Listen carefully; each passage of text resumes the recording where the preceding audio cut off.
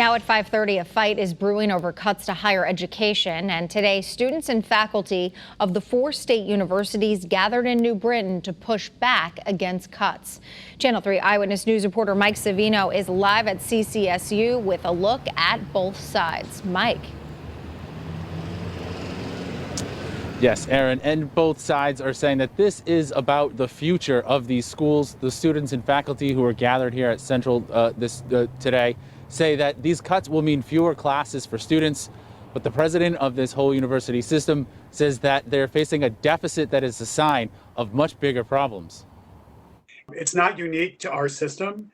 As you look around the country, enrollments are down. Residence halls are less than full. COVID-19 has created problems that could last years for the Connecticut State College and University system, according to President Mark Ojeki. The system is facing a $69 million deficit this year, prompting the Board of Regents to approve an $8 million of cuts to the 4 state universities. But those cuts are drawing opposition from students and faculty. It would mean fewer professors. It would mean less support for our graduate students. It would mean fewer classes being offered. Cuts include funding for part-time professors and graduate assistants. And the Professors Union says fewer classes means students could take longer to graduate. They're urging the Board of Regents to find other ways to balance the budget and for Governor Ned Lamont to help. Today, a spokesman for Lamont said in a statement, "We're continuing to work with all of their agencies and institutions regarding the significant financial burden placed on them by the pandemic." Students also say Eastern, Central, Western, and Southern Connecticut state universities have had to shoulder the burden every time there's a financial problem.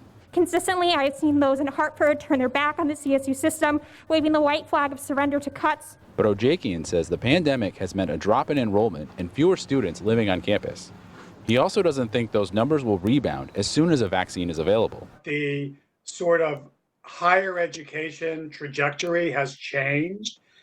You see more people being able to learn and work from home. Ojekian says those schools don't have the budget reserves to sustain long-term deficits.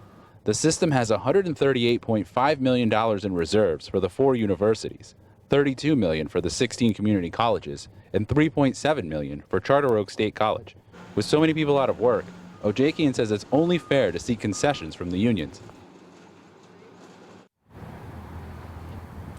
And to that point, Ojekian noted that the professors' union received $20 million in raises starting July 1st.